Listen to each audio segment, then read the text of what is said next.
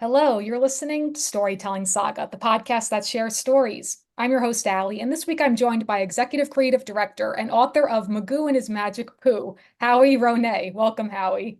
How are you? Thanks so much for having me. It means a lot to be here. Absolutely. So excited to chat with you. And we met through LA Comic Con. So now I love that I have you on now to talk more in depth about your book and your career.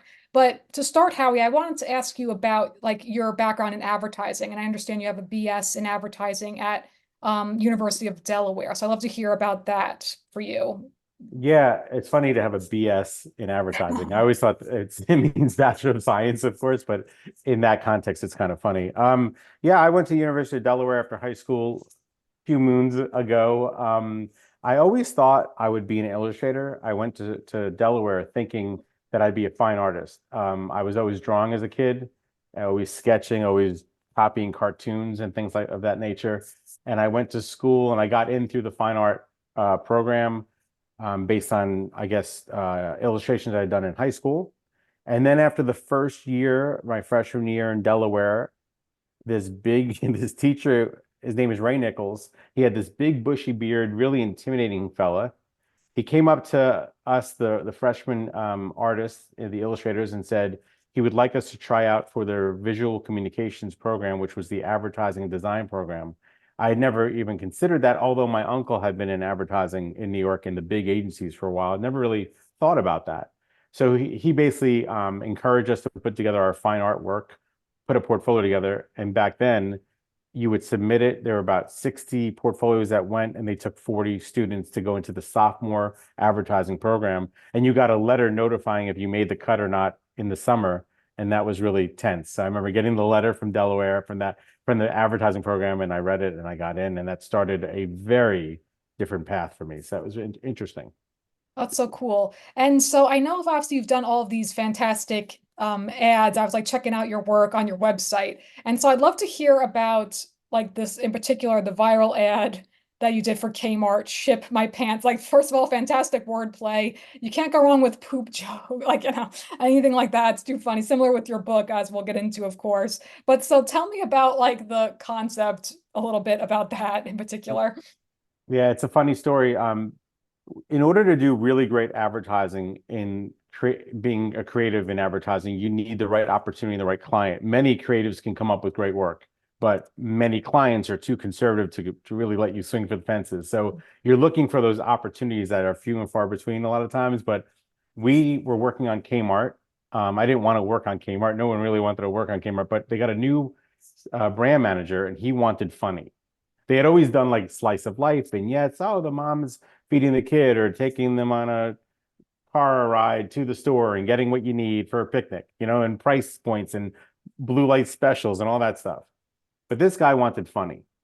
So we started doing really funny work for layaway, Kmart layaway, and they were buying everything. And it's funny because my writer, Sean Burns, really talented writer at the time, we were really busy on the layaway stuff. And they were like, have you guys looked at the shipping brief, the free shipping thing? And we're like, no, don't bother us with that stupid brief. We don't have time for shipping. And they're like, they would just like, every week, the account people were like, guys, we can't push the client off anymore. But we were shooting like two spots in LA on layaway, and we didn't have time. But eventually, the account person really laid down the hammer and said, go to lunch, and you got to come up with two or three ideas for shipping because they're getting pissed off. So at lunch, we looked at the brief, and there was no new news. There was nothing interesting to say about shipping. There was no discount, no deal. They couldn't outspend. That was the big problem. They couldn't outspend Walmart. I hope I'm not boring you with this, but No. they couldn't outspend Target and Walmart. They didn't have the budget for that. They needed something bold and loud, but they had nothing compelling to say about shipping. So I said to Sean, I've always liked a good pun. I've always been guilty of it. I still love them today. And if you go to school for advertising, you'll get like beat up for liking puns. Like puns are like sinful in advertising and you should never touch them. And they're low hanging fruit. There's such a stigma to puns, to using puns. And it's thought about as like the dregs of it's like, it's low hanging fruit. Don't go there. It's not smart. It's lazy. Don't ever touch a pun. So I'm looking at the brief and I said to Sean, I'm like, it's a shipping is everywhere. Shipping, free shipping, shipping. And I'm like, hey man, the only thing I can come up with, we do a shipping pun. And you should have seen his face. It was like I insulted his family. And Sean's like, I'm not doing a pun. And I'm like, no, we could do something funny with shipping. And I think Sean looked up. He was eating his salad. I think he was thinking about what I said for like 10 minutes. We didn't say a word. And he looked at me and goes, I guess you could ship your pants. And then we just started writing it. And the rest was, yeah. That's too good. I don't know. I love a good pun. You gotta love like good wordplay. That's interesting though. And then there you go. It's like it's like just towing the line of like, yeah, And that's too people in the funny. business, people in advertising will ask, just tell me how you sold it. Like, I just want to know how you sold that. The client like stood up and gave us a round of applause. Like they just wanted because we got lucky with like a pocket of time, a period, a window where a client was like, bring me what you yeah, go for it. Nice. Yeah. That is something I wanted to ask you, generally speaking. So you said they just wanted something funny. So is it always, do you always have like creative freedom in that sense in terms of like the concept and idea, or like do they give you some ideas to start out when like a brand approaches you to create an Yeah. advertisement? Yeah, usually the client doesn't give you any fodder for start jumping off point, but sometimes the strategist or the planner or the account people might be like, there might be a section that we call thought starters, and they're like, hey, you could try something along this same, but usually it's up to the creative team. Oh, gotcha. Okay, makes sense. And I know obviously you have like a bunch of accolades and awards, and also for what was it, the Kraft's first top 10 Super Bowl spot for Planters, which is another fantastic concept too, of everyone like falling down over this seemingly unattractive woman, only to then realize like she's putting the planters on like it's perfume. What a great concept too. Oh my God. Again, when the Super Bowl comes around, for some reason, Hmm. the clients are like, let's take the gloves off and go for it because the bar is really raised very high on that event. And then you just wish that they would be taking that same approach year round. Like, why does it only have to be one time a year to go for it? That's a good point. I mean, obviously, because they spend like millions on 30-second ads, whatever it is. But yeah, and the Super Bowl's coming up this year, so we'll see like what's going to happen, what kind of crazy ads will be out there. Because I know obviously that's the whole thing. Everything's so competitive, competitive for people's time and attention. So it makes it that much more difficult to kind of really Break grab through. people. Yeah. But it's interesting you say that because years ago, I personally don't think the advertising on the Super Bowl is very good anymore. I think Hmm. it seems like the teams are like, well, it needs to do seven things. It needs to have a dancing animal, it needs to have a celebrity, it needs to have music, it needs to have a pop song from the 80s. And they throw it all in this blender, and what you get is what you get. The irony is I think when celebrities were first started pitching for advertisers, I mean, look, that's been happening forever, but in Super Bowl spots, that was a big thing for a moment when people started paying that money to get a celebrity to be in the spot. But now it's almost like if you want to stand out, you should almost not have a celebrity because 99% of them have celebrities. It's almost like I'd rather not have a celebrity now because it's so inundated, oversaturated with it. Like you're expecting it. Yeah, you're absolutely right. Good point. Yeah. I never thought of it like that. Like it's kind of a formula. Yeah, some kind of dancing, some kind yeah. That's too funny. I did want to ask though, so generally speaking, and obviously I'm sure this varies, but what would you say is like the key to a great ad? Is it the emotion? Is it the surprise factor, the humor? What's your opinion on that? It's a funny question because my advertising teacher, Ray Nichols, that intimidating guy with the big beard, would always say that he had been teaching like 20 years at that point. He's like, I'm trying to define concept. Concept is what you want, a great concept. And he couldn't define it. He couldn't define what made something a great concept. It's really a hard thing it's like this amorphous, ambiguous thing that you can say what makes a great spot.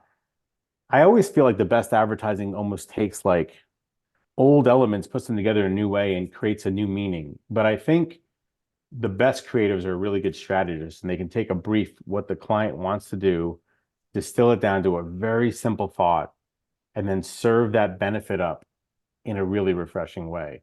So what I really particularly like about Shit My Pants is I always said like in beer spots, see beer is tough because there's no benefit. I mean, you could say you're getting drunk, but like they're not going to say that. So those are just image-based campaigns. But they make a lot of fun jokes in beer ads, but a lot of times they're just gratuitous jokes. They have nothing to do with the beer. And that's fine because it's beer. But in Ship My Pants, what I was so proud of was the joke was the benefit. It was a shipping spot. So you couldn't separate the gag from the benefit for the consumer. And I thought that was what was really special about that. I I don't know if think I've answered your question, but no, I find it interesting because like there is this psychology to it, especially nowadays because people don't like advertisements. It like gets in the way, like even on YouTube, for example, like there's always like the 5 second waiting to skip the ad. It's like, no, I just want to get to my whatever my video, you know? mhm, So it makes it that much more difficult, obviously, to yes. again get people's attention. Yeah. Yeah. You got to break through, or I think you're wasting everyone's time. You're wasting consumers' time. You're wasting the client's time. You're wasting your time. You're wasting resources. I think 93% of work is invisible, or maybe more. I don't know. That's true. And also, I know, like, generally speaking, people would rather watch rather than read something. I don't know. Like, I do find it interesting, all like this kind of science behind it too, like whether it's conscious or not for people. It's interesting, Yeah. actually. You got to grab people within 3 seconds or they're skipping, including myself. I mean, like, shit Um, my pants opens up with a guy going, shit my pants, and you're going to watch it. Like you have to you have to grab people quick. it's honestly the same even with television too, like within the first 10 minutes, give or take. Otherwise, people aren't going to binge it or whatever it is. But like, especially nowadays with everything is just Yeah. like streaming, obviously, So yeah. I heard someone say, like, in screenwriting, you got to get them in 2 pages. You have like 2 pages. Honestly, like the first page, but yeah, Yeah, maybe the like that first page. much. I honestly like yeah, the shorter attention span. But that's I mean that's fair though. It's like because again, like then you're wasting people's time. They're not going to read through a 30 page, 90 page, whatever Yeah, it is, yeah. script. So yeah. And that's why it's all the more competitive too, because everyone is trying to Everyone's yelling for your stand out. attention. Yes, yeah. Oh, it is interesting. Though in a way, like though it's a challenge, then like what you sh like showcase on your website. Well, here's a challenge, and here's how we found a creative way to approach the ad, Yes. which yeah, that makes it interesting though. That's Yeah. cool. So I'd love to get into your book, of course, too. So obviously, like similarly, we got the magic poop, and I don't know for whatever reason, like that's like kids love, but like poop jokes, you can't go wrong. But I love though too, even though you have like this silly concept that you have like this nice message of using your gifts to help others. That's like beautiful in and of itself too. I love that. So tell me how you came up with this idea initially. Well, this idea originated, the spark was from Jen, my wife, about 10 years ago. She said, we should write a story based on Magoo because we just loved Magoo. I have a picture of him right off the camera right here. Oh. We should write a story based on Magoo, who is like this superhero cat who's going to rescue puppies from a puppy mill. And I said to her, interesting. How does he rescue the puppies? And she said, I don't know. Maybe he picks the locks. And I said, I think if we're going to even go down and kind of explore this idea, we got to have an outrageous component in order to get not just kids, but adults, people's attention. Like, again, the thing we've just been talking about for the last 10 minutes, you got to have to me, an outrageous, bold element to get people in to invest their time. So I said, well, why don't we just borrow from life? Sometimes art imitates life, and he's got some stinky poops. We always commented on what he would do in the litter box. And so I said, maybe his poop is so stinky that that's his gift, and it makes the bad guys that run the puppy mill run for the hills. And then he has his time, the coast is clear to rescue his new puppy friends. And she's like, all right, let's go with that. I think that's incredible because there's just the humor, there's the relatability. That's too funny. Oh my God. I saw the picture of your kitty, Magoo. That's so, how old was he when he He so passed? we so we 16, but he was Oh, wow. just one of the, I don't know, like people that are pet people. I don't know if you have pets, but every once in a while you come across one that's just really special. And I'm not going to take too much time with the podcast to tell you why, but like he's just one of those cats I'll never forget. So we talk to him and sing to him in the car. We keep him, Oh, I we love that. keep his, No. yeah, we keep his spirit alive. Oh, that's beautiful. Yeah. And then he's obviously immortalized with this book too. No, I love cats. I'm a cat person too. So Oh, okay, awesome. yeah, I love cats. Actually, have you been to CatCon? Because that would be another place you have. Okay, I love Yes, CatCon too. Yeah, yeah, I went for the first time this past year in a lot of 2023. fun. Some Yes. outrageous characters. Yeah, definitely. And there's a lot of cool stuff that people make. And then this, of course, their audience for that too with this Yeah, we book. didn't have a booth Fantastic. when we did it. We were just walking around Oh, kind of sucking it in. I think it was too late when we tried to get a booth maybe, but it was a great experience. So we had to figure out if we're going to do that. Yeah. Oh, cool. Yeah, definitely. And so, in terms of writing and creating this book for you, I'd love to hear a little bit about your process. So, when you finally sat down to write it and were envisioning it, how long did that take, like from the initial draft to the final draft of getting it published then? 10 years. Oh, wow. Okay. 10 Mhm. years because life gets busy, work gets busy, your illustrator and yourself are having different schedules. And truth be told, this project was very, very personal to me and my wife, but very, very personal to me because I just love the hell out of this cat. And I said to Michael Herring, who is the brilliant, he is just one of the most talented people I've ever come across, and I've dealt with some talented people, but Michael Herring is unbelievably talented. And I met him through a roundabout way, being asked to judge the Addies in Seattle, an advertising award program from a creative director that I worked with in Chicago. And somehow I found myself in Seattle and I met Michael Herring, who was working the show. We hit it off. I think I pitched the idea to him like second night I met him. He's like, because he started saying how he's an illustrator. I looked at his work and I was like blown away by his illustrations and what he brings to it, the detail and the little jokes and the Easter eggs. And I said, I would love you to take this on. So, but what I told him early on, I said, I would guess 95% of passion projects that start don't finish. I think people lose steam. I think it just happens a lot. I think just life gets busy. I said, Michael, we're not going to let this one stop. Now it took 10 years, but we kept on pushing. And there would be through the pandemic and through I don't know what, there were probably 6 month to a year breaks in those 10 years. And where it felt like it had lost its momentum. And I would say to Jen, I said, I gotta hit Mike today. I gotta get the ball. We gotta get it back up. So I give us a lot of credit for keep on, you have to keep pushing the boulder up the hill, even if it's like a centimeter here and you rest the boulder for a month here. And like you just got to keep on moving it forward. So I'm very excited that we finally got it published. So it did take 10 years. And we did it self-published with KDP on Amazon. There's more to talk about there if you want to ask about that. But I did. So first off, though, I love hearing like this inspirational story, you sharing that even though it took 10 years, you got it done and saw this passion project through. So that's wonderful just to hear that. Because for me personally, sometimes it does feel demotivating with how long things take. It's like whatever it is, like whatever project I may be working on, it's just like, well, I got to keep persisting. So if you give up, it's again like it's all for nothing. And there's no point in that of like not seeing it through, of course, because you want your finished product and having that vision. That's funny you brought up the illustrator because I was going to ask you about like how you met him. So that's great you shared that about Michael Herring. But tell me a little bit about your choice for self-publishing and what that process looks like. real quickly, I'll tell you about perseverance. I think this is a Yeah, really please. interesting. I heard someone say this. It might have been on a podcast that if you travel from the bottom of a mountain Hmm. all the way up to the top of the mountain, but you stop halfway when you're exhausted and you go, "Can I get to the top or not?"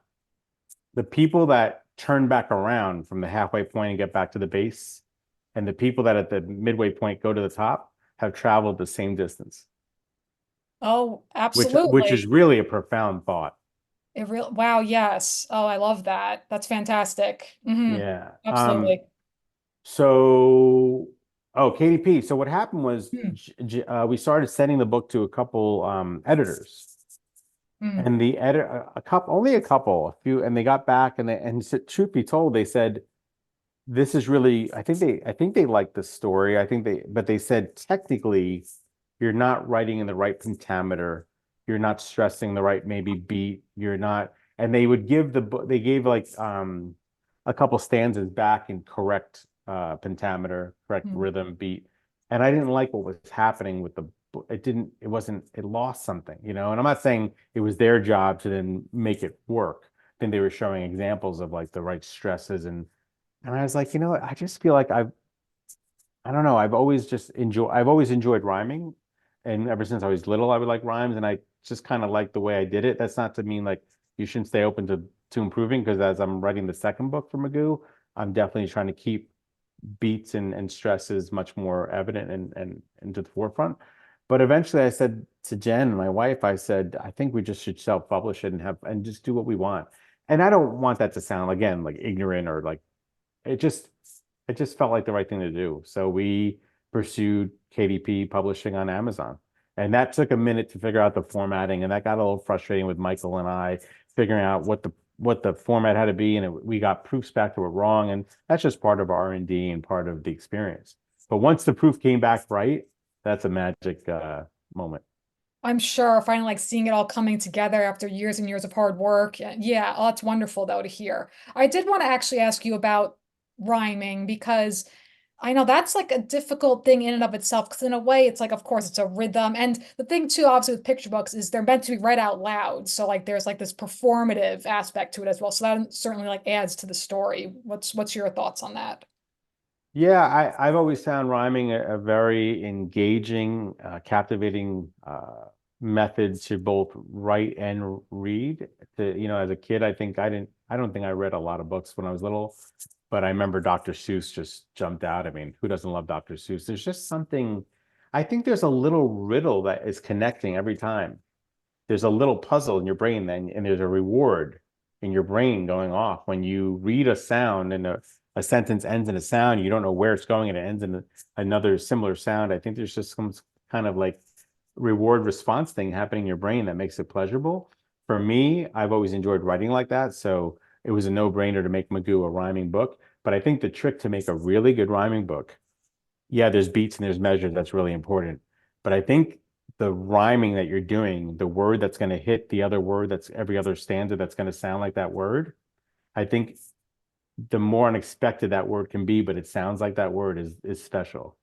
Like there's like if it's just too expected every time and it's just too simple of a rhyme, it's not as interesting. But sometimes words come out of your head and it's like, Eminem, it's one of the best rappers and he can twist the language to make it work. But I just think the more unexpected you can be with that other rhyming word, the better. I think what's tricky, but again, what adds to the creativity of it is that you have the story in and of itself, but then the rhyming is like an added element. That's just kind of like just another fun aspect to it, really. Yeah. Yep. It just keeps, I think it keeps the reader invested. Yeah, that's really cool. And that's all part of like the psychology of it too. So I do find that that's really interesting. And so I know also you have like an activity book with it, which is really cool. So was that also like part of your vision for it? Was that like something added down the line with that? Yeah, what do they say? Invention is what is it? What is it? Invention and Judy, necessity. I'm not Um, getting the quote right. um, Invention is the mother of let me uh see if I could. I know what anyway, you're talking about. yeah, Yeah, invention is the. Let me see if I could find it. maybe you can edit this Oh, part. invention is the mother of necessity. Yes. So Okay. like so when you self-publish on KDP, you don't have to worry about any type on the spine because the book is going right to your house when you order it. You're being it shipped to your door. When you're trying to get into Barnes and Noble or using what's called Ingram Spark, which is the platform for books that can go to libraries and bookstores, then your book is going to be your spine is going to be out. It's going to be on a shelf in a brick and mortar store. When Mm, that happens, you then have to put the author and maybe we have the illustrator's name and the title of the name on the spine. In order for you to have type on the spine of a book, the spine has to be a certain width, meaning the book has to be a certain amount of pages. okay. So what's Mm, interesting is that in order to get the type on the spine for Barnes and Noble, we had to figure out a way to extend a good 20 pages the book. So my wife said, "What if you did an activity book after the book?" I was like, "Wow, that's first of all, it seems so daunting." I was like, "How long is it going to take to do that? Puzzles, word searches, And she's like, "We have the great art. You can just maximize it by having game at. So it really worked out. So in the activity book version of Magoo, after the story's done, it then has Magoo introducing you to a whole new world of Magoo, the magic of Magoo, where you can delve into the characters and do coloring stuff and word searches and stinky crosswords and whatever it is. And it really worked out. So we have like 24 puzzles, games, activities at the back of the activity book version. So now that's on barnesandnoble.com. that's really fun because that makes like then obviously that's more engaging for the kids too, which is fantastic. But yeah, it's just like brings Magoo that much more to life. That's really cool. Yeah. Yeah. And I know because you have like lesson plans as well, so that's really fantastic too. Yeah, that was a really unexpected. Okay, so something really unexpected happened when we debuted this book in a booth at the LA Times Festival of Books in April. So I'm going about 8, 9 months ago. That was the first time we had brought Magoo in front of people, and it was really interesting because we are like, this is kind of an outrageous book. Not to say there's not books about poop and toilet humor, there are, but this is a cat who's holding the magical poo in his hand with stars around it and two dogs holding their nose on the cover. And we're like, how are they gonna receive this book well? And they really did. There was visceral reactions to the book, which was very exciting. One guy, it was Saturday and Sunday was the festival, I believe, maybe Friday, Saturday, and Sunday. On the second day, a guy walked right up to us and he said, I'm here just for your book. And we were like, what? And he's like, my girlfriend is a teacher up north, about an hour and a half away. She scans the titles and the logos of all the new books that are going to be exhibited at this. It's the largest book festival in the country. We had no idea. And she goes to the children's section. She looks at all the roster and she saw Magoo and his Magic Poo. And she said, you got to get me two copies, one for me and one for my class. She was, I think, teaching third grade or something. So he's got to talking. I signed the books. And he's like, she said if the conversation went well, which is we're having a fine conversation, there might be a speaking engagement for you to come to the school. And I was like blown away. I was like, sign me up. So that I gave him my number. He took it. Didn't hear from him. A couple days went by. She called me and she said, "This is Christy, and my boyfriend met you, and I'd like you to come next month to the school and give a presentation on creativity and about your story." And I was just like, "Holy crap!" And that was magical because what happened was now I've since been going to schools. I'm going in March to Literacy Week, and Magoo's kicking off on Friday the whole week for school. On the next week, the following week, like these big assemblies between 200 and 400 screaming kids. I've never done anything like this. It was never on my radar. In fact, when we first got this book going, a publicist said, you might want to visit schools. And I was like, there's no way. That's just not, it's just not me. And I've presented to clients before, six, eight people in a room. But like the first time I ever did this is the one I told you about. And it was a month after the book festival. I was so nervous that the teacher, Christy, was like, are you okay? And once the kids came into that room, it was just, there was no nerves. It was so amazing. So that has been an unexpected benefit, but it gets to the lesson plans because she said, you have important lessons in the story about kindness and finding what your gift is and using it to help others. And she helped develop and write lesson plans. And I designed them with the characters, and they're downloadable resources for teachers now. That's all amazing. And so look at that, like, even things like that seems intimidating, but then once you do it and like look what a beautiful thing now leading to more opportunities for school visits. That's wonderful. I love hearing all that. And the kids are magic. They're like the Mm. things that come out of their mouths, and like there's a Q&A at the end, and it's just so funny.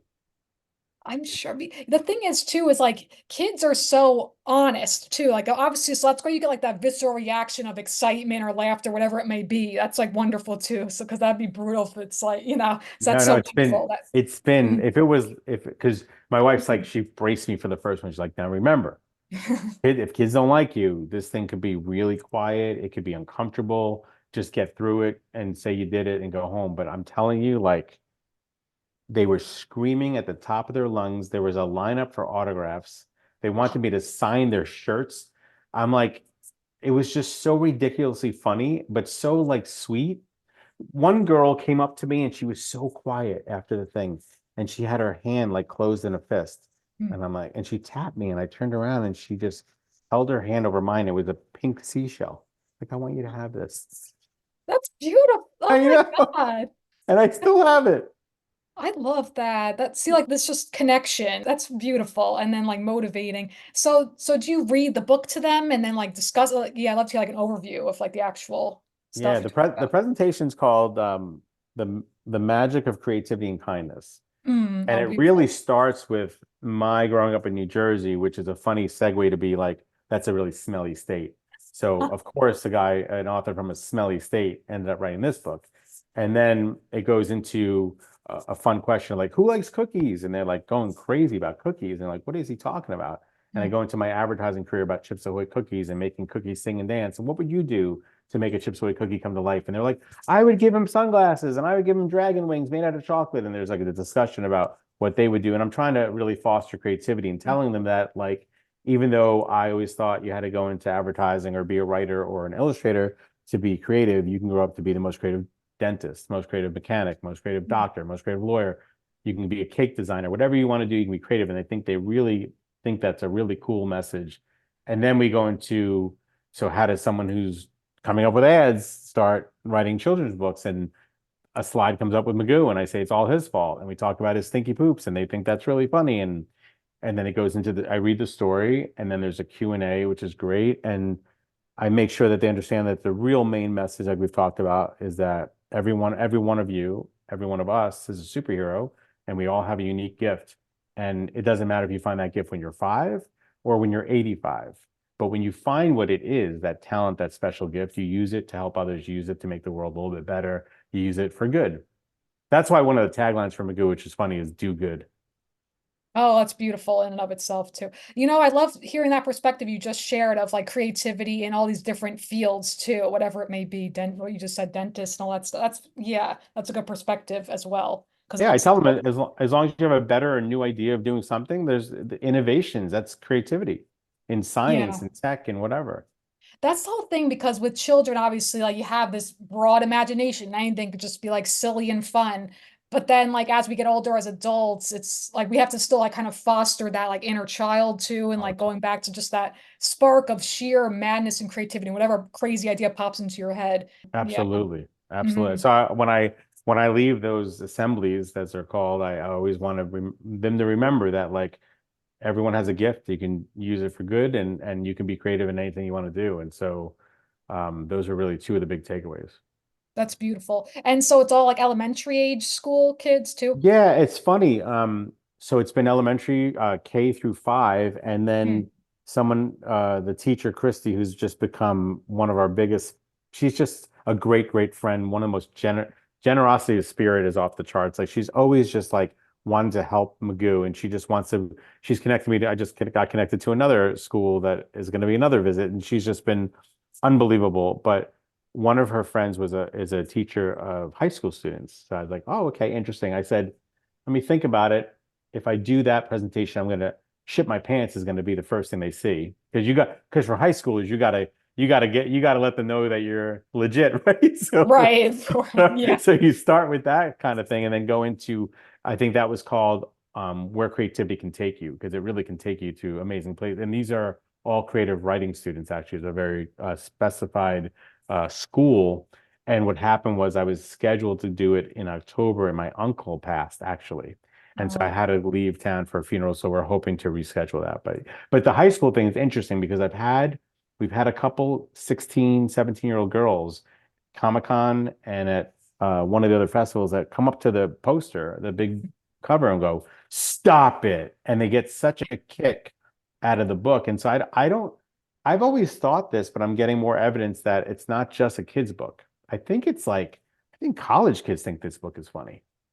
I think that's really tough to do, honestly. And I think it just goes back to the universality of that poop jokes are hilarious. I Katy love Perry it's uses fantastic. poop emoji costumes in her concerts. It's like, Yeah, you're right. yeah, people It's too think poop is funny. I don't know why, but yeah. it just yeah, right. It's too funny. But I know because forget like kids being a tough audience, teenagers are a tough audience. So that's fantastic, like reaching high school students as Yeah. well. We ran a Times Square billboard in one of those areas where it's a LED screen. So that you buy Oh, space and it's going to cycle through for the day. And we had to cover up huge. And the line was where fart meets heart. oh, amazing. Again, I love that. There you go. Like seemingly crass, but then this Gender powerful sign. message and just a simple rhyme. That's fantastic. Oh my gosh.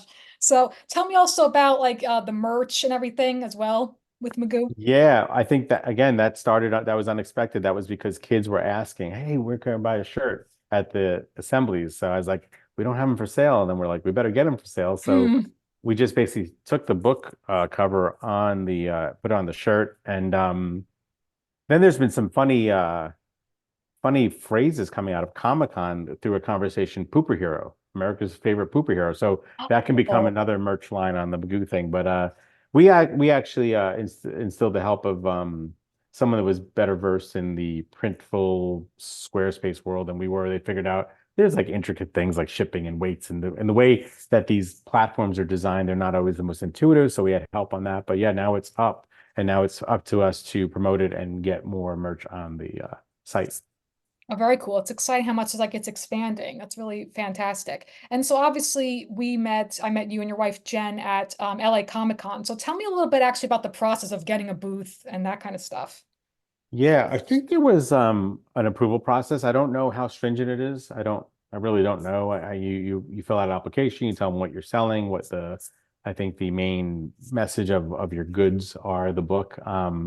They get back to you in a month, and you pay a certain sum of money, you get your booth. But those are exciting because they're really, in a sense, pop-up stores for something you really love, right? So then you're ordering the books and you're getting it all the material. Then we made this really fun. You could do so much online now and you could become like a real store because of you have so much out there to choose from, and all this ability with like different vendors. You can like make a custom made tablecloth just for your booth.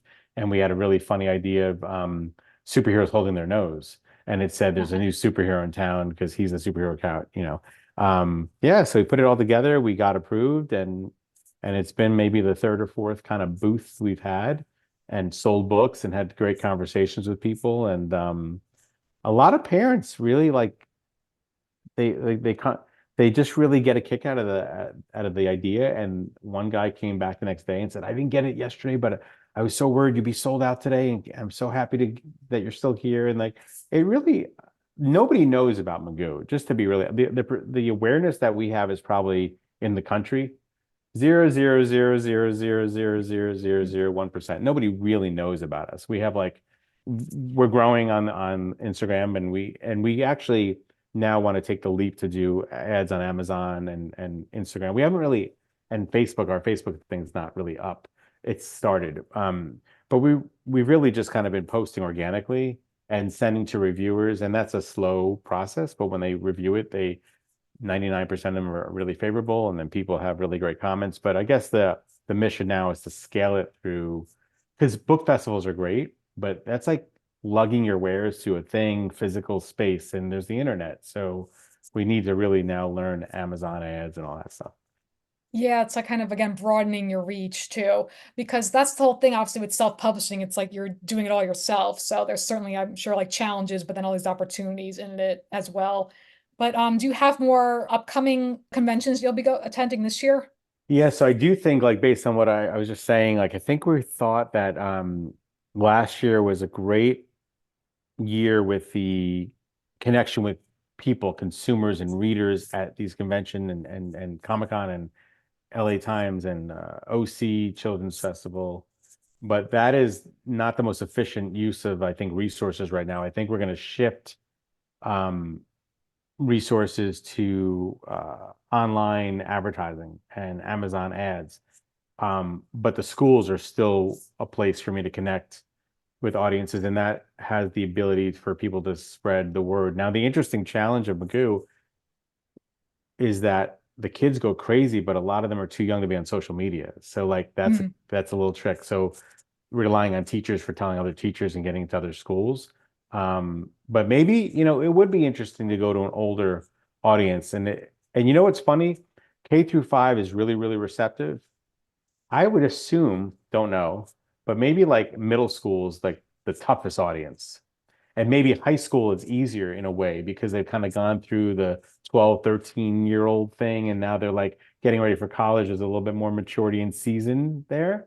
And if I start with Shit My Pants for them, they're like, all right, this person's done some interesting advertising, he has something interesting to say. And I get into this book that's not just toilet humor, but has a message. Maybe because it'd be great to get an audience that's on social. So that's something I should probably be thinking about more. Oh, cool. I know that you're right. It's a good point with middle school kids, but there you go. But is there anything you could share? Because you mentioned you're working on a second Magoo book. Is there anything you could share about that? I can tell you the storyline. Sure. Um, so what I like about the franchise is that, or the way the series is going to go, is the first book is called Magoo and His Magic Poo. Hmm. Every book will be Magoo and His Magic Poo, blankety blank. So the second book is called Maguna's Magic Fu: A Winter's Tale. It's always going to be a blankety blank tale, Tale, to play off the double entendre of a cat. And so this is a winter's tale, and now we find Magoo, who's a little bit better known than he was the first book. A little bit of a legend, a myth about him. But he's just sleeping on a winter's day, and he's going to take a walk with his friends, and they're going to come across a family of moose that are frozen in a lake. And so, how do we warm up the day, and how do we melt the ice? Well, you'll have to read the second book to figure that out. But the book is 99% written, and it is funnier than the first book. Read it to my mother-in-law, who we almost had to take her to the ER. She was laughing so hard. Oh, So that's oh my yeah, goodness. so that, and the third book right now in my head is Maguna's Magic Poo, A Whale of a Tale. And when you come across that weird phenomenon of whales that beach themselves, Oh yeah. and Mhm. and there might be a lot of human volunteers trying to push them back in the ocean, but only one thing can get them off the beach.